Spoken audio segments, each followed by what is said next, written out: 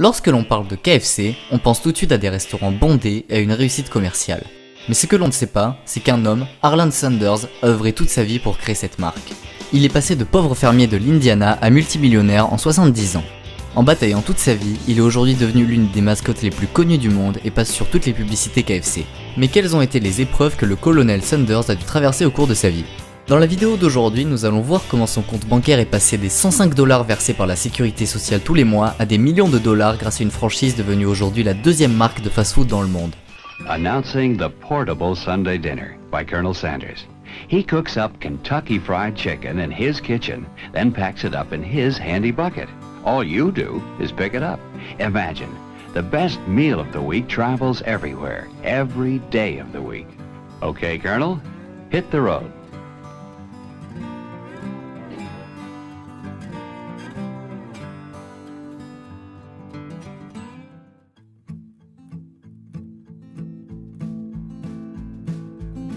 Le 9 septembre 1890, Harland Sanders est né dans une petite ferme au fin fond de l'état de l'Indiana. Il a 6 ans lorsque son père décède, sa mère est alors obligée de travailler pour nourrir ses 3 fils. Le jour, elle épluche des tomates à la chaîne dans une usine du coin, et le soir, elle fait de la couture pour les familles riches des alentours. Le petit Harland prend alors en charge la maison. Il surveille ses frères et sœurs et prépare les repas. À l'âge de 7 ans, il maîtrisait parfaitement la préparation de pain, la cuisson des légumes et les braises du barbecue. Il pouvait alors cuisiner jusqu'à des heures tardives dans la nuit. À l'âge de 10 ans, il décroche déjà son premier emploi dans une ferme. Mais il est encore tout petit et il se laisse facilement distraire par les animaux. Il est considéré comme incapable et il se fait renvoyer au bout d'un mois. Sa mère se demandait ce qu'il allait bien pouvoir faire de sa vie. Elle lui dit « Tu es mon fils aîné, ton père est mort et tu es le seul sur lequel je peux compter pour m'aider avec les autres enfants. Et tu n'es qu'un bon à rien, tu ne peux même pas occuper un emploi à 2 $ par mois. » Honteux, il répondit qu'il travaillerait plus dur la prochaine fois qu'il trouverait un travail. Quand il a 12 ans, sa mère se marie avec un homme qui ne voulait pas se charger de beaux enfants. Harland Sanders quitte alors la maison familiale et se fait engager comme fermier. Le matin, il s'occupait des animaux, prenait des cours l'après-midi et faisait des petits boulots le soir. Ultra vaillant, certaines nuits, il récoltait le maïs jusqu'à 22 h. À 13 ans, il rentre en 5e mais quitte l'école au bout de 2 semaines. Il trouvait les mathématiques trop difficiles. Il continue donc de travailler à la ferme pendant 2 ans avant d'enchaîner les petits jobs. Il a été chauffeur de tramway, militaire, cheminot, vendeur d'assurance, propriétaire d'une société de bateaux à vapeur et même vendeur de pneus. Après avoir été ruiné parce qu'il a créé une entreprise vendant des lampes à carbure alors que l'électricité se démocratisait rendant son affaire obsolète, le colonel Sanders entama une carrière de cheminot qui dura 5 ans. Pendant son temps libre, il prend des cours à la Southern University. Il y obtient un diplôme de juge, mais scandale, il est radié de la magistrature après une bagarre avec un client en pleine audience. Au même moment, sa femme, Josephine King Sanders, le quitte avec ses enfants parce qu'il ne pouvait plus assurer des conditions de vie suffisamment confortables à leur famille.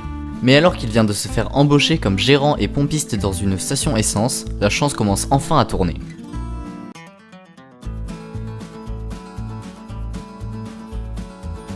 En 1924, Harland déménage à Nicholasville dans l'état du Kentucky. Il y dirige une station-service de la Standard Oil Company. 2 centimes de commission lui sont versés tous les 4 litres vendus. Au début, la station n'attire pas grand monde, les habitants méfiants se tiennent à distance. Ils voient d'un mauvais œil ce nouvel arrivé qui n'était pas originaire de leur coin reculé du Kentucky. Pour remédier à ça, Sanders, commerçant dans l'âme, décide pour les attirer de leur offrir un petit cadeau à chaque commande. Cette astuce porte immédiatement ses fruits et il gagne très vite plus de 12 000 $ par mois en vendant de l'essence, soit 3 fois plus que les stations concurrentes du coin. Hélas, le sort s'acharne lors de la Grande Dépression de 1929 qui a touché de plein fouet l'Amérique. Les fermiers de la ville n'achètent plus d'essence, trop préoccupés par leur faillite financière. Sanders est donc obligé de quitter son affaire. Heureusement, un autre vendeur d'essence qui avant la crise avait bien observé ses talents de vendeur et les exploits commerciaux de Harland décide de l'embaucher à son tour pour gérer une station-service, Shell. La station se trouvait à Colbin, une autre ville du Kentucky. Obligé de se refaire financièrement, il déménage donc à Colbin en 1930.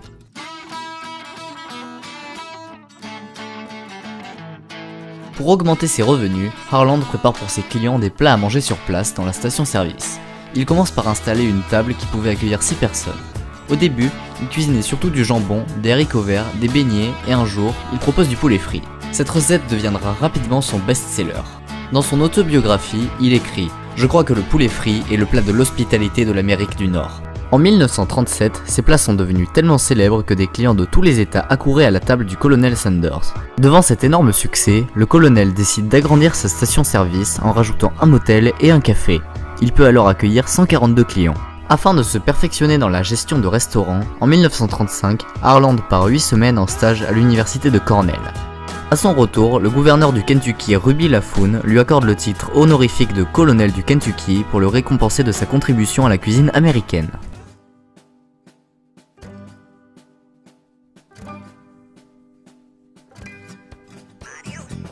Fort de ce succès, il est confronté à une nouvelle préoccupation. Comment paner le poulet ultra rapidement? Les clients devaient patienter 30 minutes pour un poulet frit. C'était beaucoup trop long. S'il les préparait en avance, le goût changeait, il manquait de croustillant et ne convenait pas aux clients. Sanders gaspillait et devait les jeter. La seule alternative consistait à tremper le poulet entièrement dans une friteuse. Cela cuisait le poulet plus rapidement, mais il devenait sec, cela ne convenait toujours pas. Mais après avoir découvert l'autocuiseur, une invention récente à son époque, qu'il utilisait pour cuisiner ses légumes, Sanders a fait une découverte historique. Il a l'idée d'utiliser cette nouvelle invention pour cuire aussi son poulet. Après de nombreuses expériences, il trouve enfin le bon réglage pour la pression, le temps de cuisson, la dose d'huile et le filtrage du gras. L'appareil permettait exactement de répondre aux attentes en faisant que le poulet ne soit ni trop sec ni trop mou, juste parfaitement croquant. En plus, le temps de cuisson n'était plus que de 8 à 9 minutes. Parallèlement, il travaillait l'assaisonnement et les épices. Il a joué avec le sel et le poivre en variant les dosages de chacun, créant de nouvelles saveurs. Mais un jour, il reçoit une commande de 500 poulets frits. Il décide alors d'essayer de nouveaux assaisonnements et se donne pour objectif de créer les meilleurs jamais cuisinés. Il nomme son assaisonnement le mélange secret des 11 herbes et épices. Peu de temps après, son restaurant est classé dans le livre Adventure in Good Eating Places Along the Highways of America. Mais en 1939, un nouveau malheur frappe encore le colonel Sanders. Après avoir construit un deuxième motel et café à Asheville, le premier brûle lors d'un incendie le jour de Thanksgiving. Quand il réouvre, la Seconde Guerre mondiale éclate. Plus aucun visiteur ni touriste ne se rend à son restaurant. Il vend ses locaux d'Asheville et travaille pour le compte d'autres restaurants et cafétérias.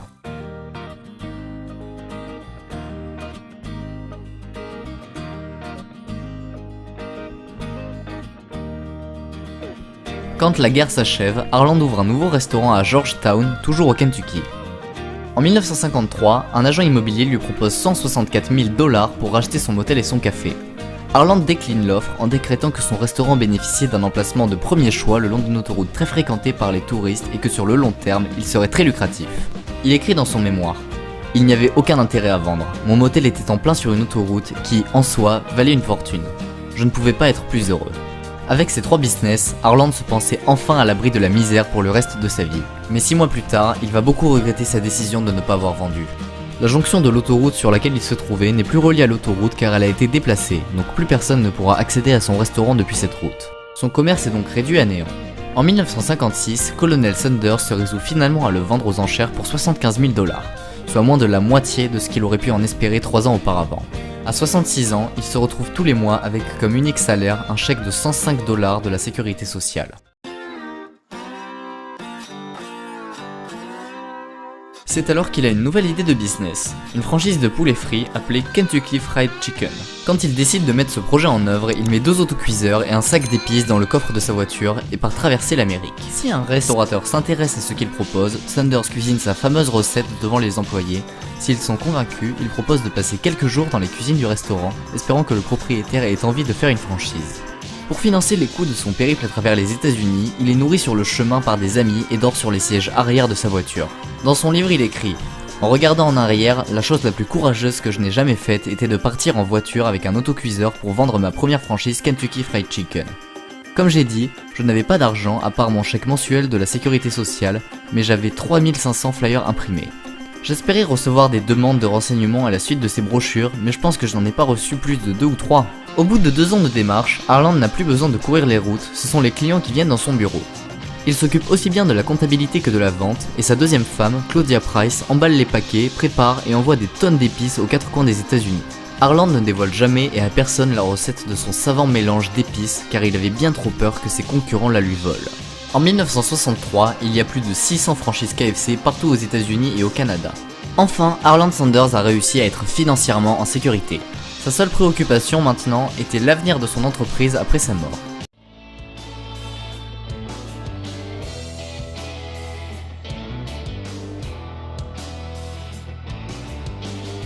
Au fil des années, un grand nombre de businessmen ont proposé de racheter KFC, dont un avocat de 29 ans appelé John Brown. Le grand-père de John était fermier et avait vécu dans les mêmes conditions de pauvreté que Harland 2 générations auparavant.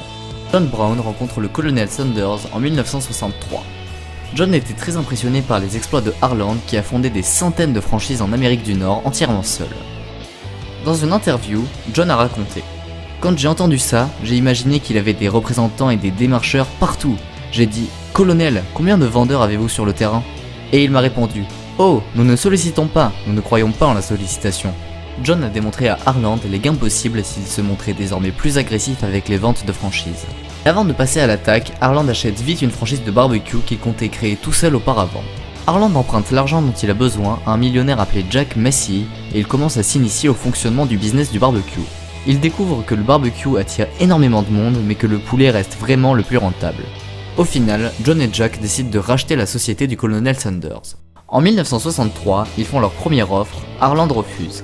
Ils argumentent en disant que Harland devrait profiter de sa fin de vie et de sa fortune et que s'il refusait de vendre son entreprise, la majeure partie de son argent serait pillée par les impôts. Ils proposent à Sanders 2 millions de dollars, somme qui équivaudrait aujourd'hui à 15 millions de dollars. Ils promettent de maintenir la qualité et de rester honnête avec ses franchises. Pour Harland, ces propositions faisaient sens, mais il se sentait déchiré comme un père qui devrait vendre ses enfants. Le 6 juin 1964, Harland lâche enfin prise et vend sa société. Il avait alors 73 ans.